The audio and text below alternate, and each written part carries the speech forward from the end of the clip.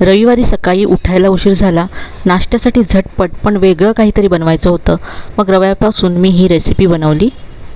1 cup रवा घेतला, यामध्ये अर्धा कप दही घातलं, अर्धा ते पाऊण कप यामध्ये पाणी घातलं, सगळं छान मिक्स करून घेतलं. असं घट्टसर हे मिश्रण तयार झालं आहे. 10 मिनटं हे मिश्रण झाकून ठेवलं. 10 मिनटानंतर मिक्सरच्या भांड्यामध्ये काढून हे एकदा फिरवून घेतलं. तर एकत्र मला यासाठी 1 कप पाणी लागलं. आता यामध्ये घालण्यासाठी फोडणी तयार करते. तेल गरम करून घेतलं, यामध्ये मोहरी जिरं घातलं, बारीक चिरलेला कढीपत्ता घातला, हिरवी मिरची घातली, आलं घातलं, अर्धा चमचा चण्याची डाळ घातली. डाळीचा रंग किंचित बदलेपर्यंत परतून घेतलं. यानंतर यामध्ये कांदा घातला, चवीप्रमाणे मीठ घातलं. कांदा सॉफ्ट होईपर्यंत हे सगळं परतून घेतलं.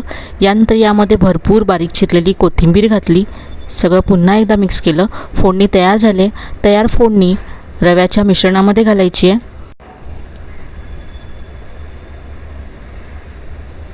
यानंतर यामध्ये 2 चमचे तांदळाचं पीठ घातलं आहे.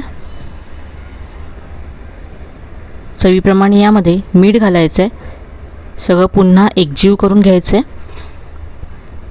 अगदी चिमूटभर यामध्ये बेकिंग सोडा घातला आहे. आता याचा आपण बन डोसा तयार करून घेऊया. तडका पॅनमध्ये थोडंसं तेल घालून असा दोन्ही बाजूने खरपूस हा बन डोसा तयार करून घेतला आहे.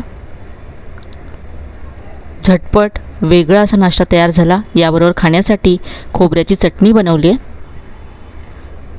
तर या बन डोस्याची पूर्ण रेसिपी तुम्ही चॅनलवर पाहू शकता. आजपर्यंत मस्त जाळीदार असा हा बन डोसा चटणीबरोबर खूपच मस्त लागतो. नक्की करून पहा आणि अशा छान छान रेसिपीसाठी छायाज रेसिपीजला सबस्क्राईब करा.